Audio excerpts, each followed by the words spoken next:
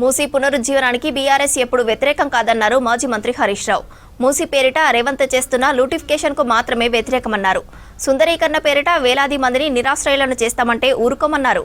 ఖజానా ఖాళీ అంటూనే 1,50,000 కోట్లకు టెండర్ పెట్టారన్నారు. రేవంత్ రెడ్డి గ్లోబల్స్ రెడ్డి అని అన్ని మాట తప్పుడే, ఒక్కటి చేయరని తెలిపారు. రేవంత్ కు విజన్ లేదు, ప్రణాళిక లేదని, ఉన్నది ఒకటే రియల్ ఎస్టేట్ దందా అని ఆరోపించారు Harish Rao.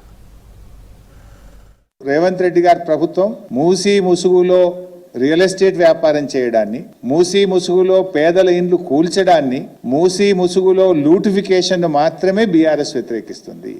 We are not against Musi rejuvenation. Again and again we're clarifying.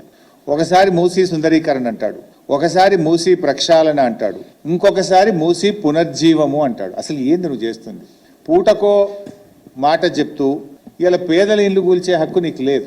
మూసీని మీరు ఏం చేయదలుచుకున్నారు? Ecological ప్యూరిఫికేషనా, aesthetic బ్యూటిఫికేషనా? ఇప్పుడు వికారాబాద్ నుంచి మొదలుకుంటే దాదాపు 100 కిలోమీటర్లు అనేక పరిశ్రమలు, గ్రామాలు, పట్టణాలు, వాళ్ళంతా కాలుష్యం దాంట్లోకి వస్తుంది. First you have to arrest that.